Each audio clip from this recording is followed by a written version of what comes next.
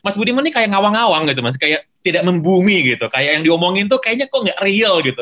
Bener nggak sih kalau Mas Budiman ini ngawang-ngawang gitu Mas? Kalau saya ngawang-ngawang, Soeharto tidak akan mengejar-ngejar saya.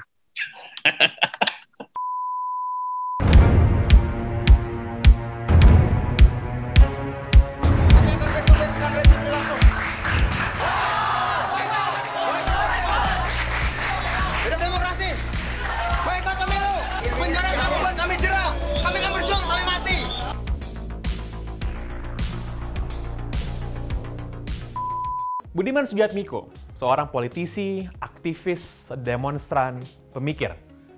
Sejak 2019 namanya keluar dari Senayan setelah 10 tahun sebelumnya menjadi anggota DPR.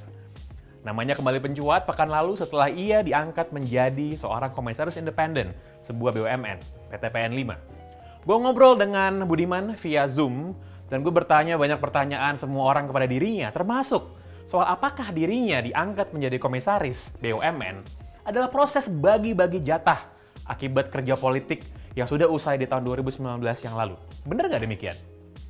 Pertama-tama, saya juga nggak nyangka karena saya nggak pernah ngajukan lamaran atau apapun begitu tiba-tiba disodorin, Mas, kami ingin minta bantuan nih pembenahan perkebunan gitu ya.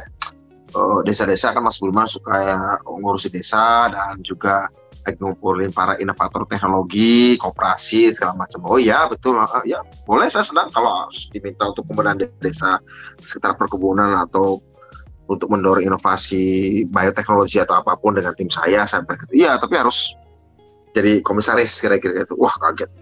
Dan langsung disodorin lagi surat pengangkatan. Waduh, ini apa ini? Ya pengangkatannya Mas, gitu kan? Loh, kapan dilantiknya? Saya nggak pernah diajak bicara. Ya kalau bisa 1 jam lagi. Wah, saya kaget juga gitu ya. Tapi akhirnya kemudian saya pikir-pikir dulu. Ya, udah setelah saya diskusi dengan teman-teman, ya kemudian oke, besoknya baru dilantik. Memang jadi masuk akal jika ingin menjalankan visi dan misi Anda menempatkan orang yang memang paham dan mengerti apa visi dan misi Anda. Tapi memang sebenarnya tugas komisaris independen itu ngapain aja sih? Kalau mau tugas apa ya? Sebenarnya memberikan arahan, masukan, rekomendasi kepada direksi, melakukan penilaian, evaluasi terhadap kinerja direksi, dan jika ditemukan kesalahan atau mismanagement atau warna prestasi atau kekurangan dan kesalahan-kesalahan fatal, ya bisa merekomendasikan penggantian manajemen seperti kata bawah begitu.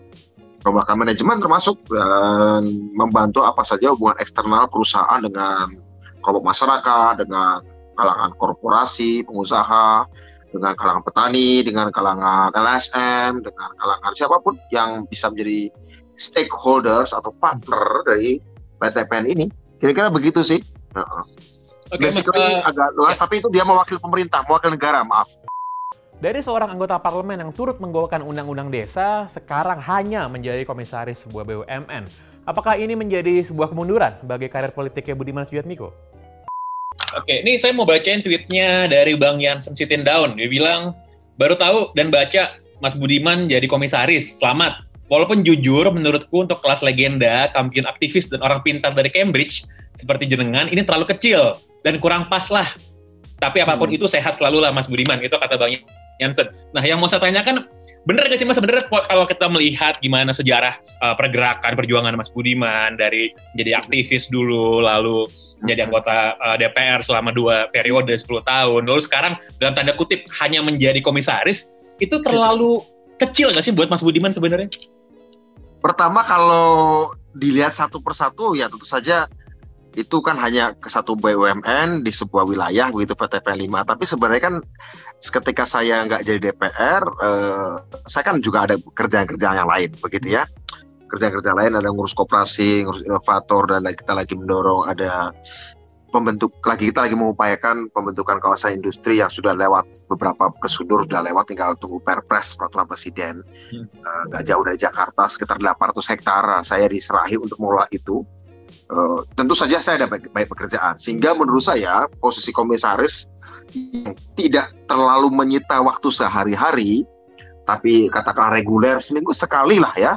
Saya rapat dengan direksi begitu dan memberi masukan dan kemudian memberikan arahan kalau perlu dengan teman-teman pegiat koperasi di sekitar PTPN sana. Menurut saya sih masih oke begitu ya. Karena kalau misalnya saya dia menjadi CEO atau di root-nya PTPN atau BUMN, tentu saja saya harus meninggalkan kerjaan-kerjaan lain yang menjadi tanggung jawab saya juga, yang memang berkaitan dengan bisnis maupun inovasi yang pribadi sifatnya ya.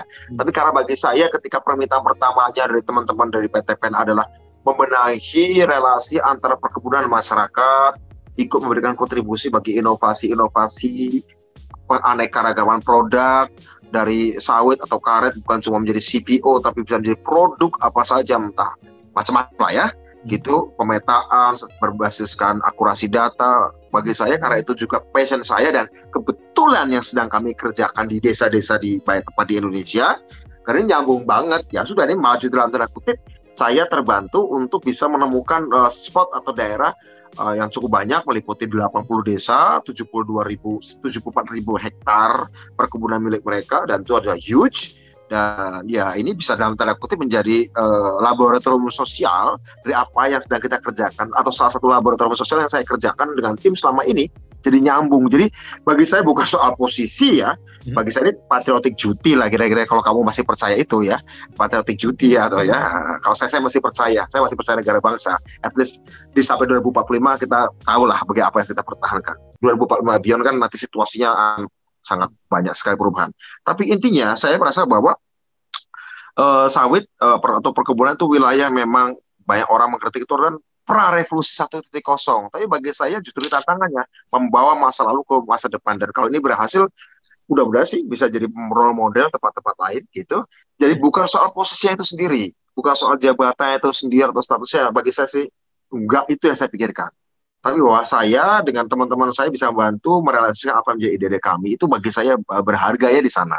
Yeah. Itu pun saya diskusikan dengan mereka. Oke, ambil nggak? Oke, ambil. Karena kita juga menyambung dengan yang kita kerjakan selama ini. Saya kira gitu. Gue percaya bahwa jadi politisi itu bukan hanya sekedar profesi, tapi juga mindset dan mentalitas. Biasanya, sekali jadi politisi akan terus berpolitik. Pertanyaannya untuk Budiman Sujatmiko, apakah jadi komisaris ini jadi sebuah papan loncatan untuk kembali ke pentas politik elektoral tahun 2024 nanti? Saya manusia politik, Pange. Ya. Saya manusia politik. Jadi kalau ibaratnya manusia politik itu, kalau kata Churchill, dalam perang kamu hanya terbunuh sekali.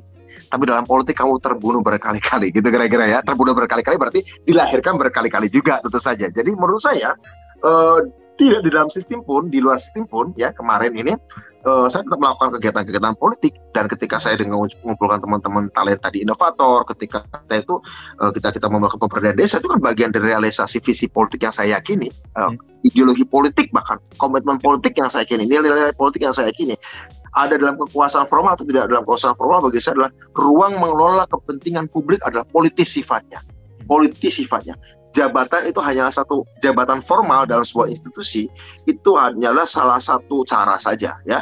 Apalagi ke depan yang namanya jabatan formal tidak akan sepenuhnya menjadi pemonopoli kebenaran karena kita di era media sosial dan digital. Jadi menurut saya kalau sekarang saya di PTPS, seperti saya katakan tadi, ini patriotic duty aja, kewajiban patriotik saja ya, bahwa oke, ada sebuah PTPN milik negara yang ingin melakukan hal yang sama dan kebetulan kepala negaranya yang saya dukung. Terus saja saya itu. Kalau Anda berpolitik, apakah saya akan berpolitik dalam itu jabatan formal? Sekali lagi, manusia politik itu kan bukan sekedar politisi. Ya. Manusia politik itu punya 4 syarat. 1, suka ide, entah membaca maupun memproduksi ide. Ya. Kedua, dekat dengan rakyat atau concern dengan kehidupan rakyat. Ketiga, berorganisasi. Keempat, ya punya will to power, kehendak berkuasa.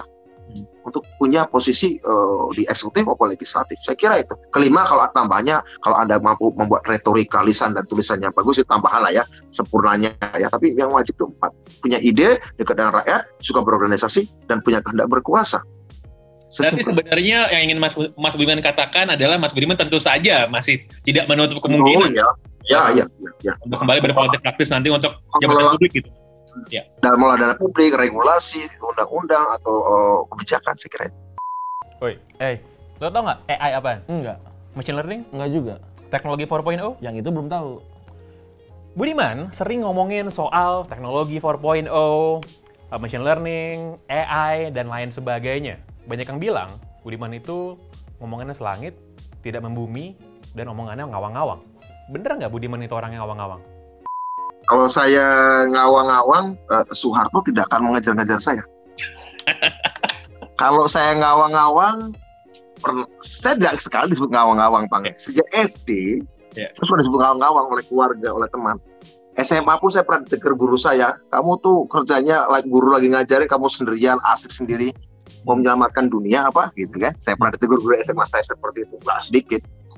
Ketika saya dulu mengatakan, ayo kita ngelawan Soeharto, ngelawan Orde Baru, dia ngawang-ngawang juga. Ketika saya dulu waktu DPR 2009 membawa undang-undang desa, dan mungkin satu-satunya pengalaman seorang caleg membawa draft undang-undang sebagai bahan kampanyenya, dianggap ngawang-ngawang juga. Gimana kamu akan mengeluarkan sebuah undang-undang yang bicara soal puluhan triliun tiap tahun dan nggak mengajak elit, tapi langsung ke rakyat? Dianggap ngawang-ngawang juga gitu ya. It works. Dan pertanyaan, apakah yang saya katakan tentang kemajuan AI, machine learning ada anggap ngawang-ngawang? Menurut saya, jangan-jangan kita yang melakukan denial.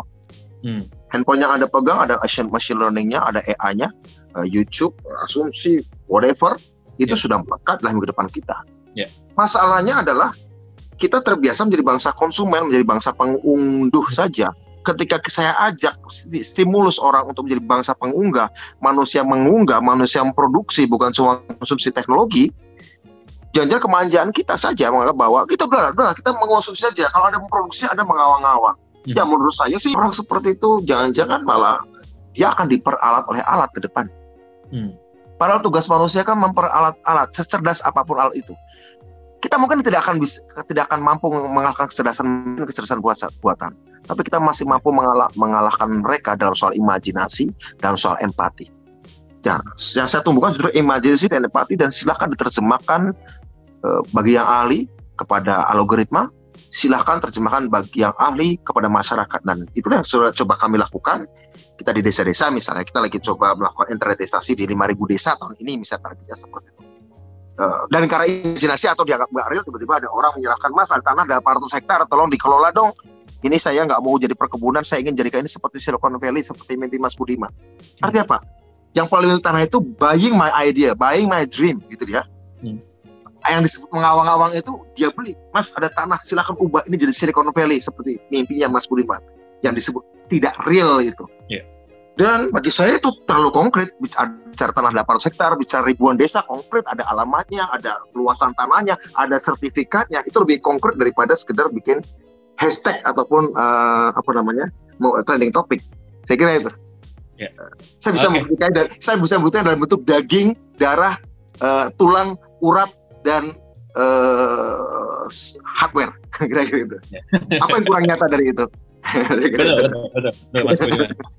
Thank you Mas Budiman, sukses selalu. Ya, tetap sehat ya. Bye-bye. Bye-bye.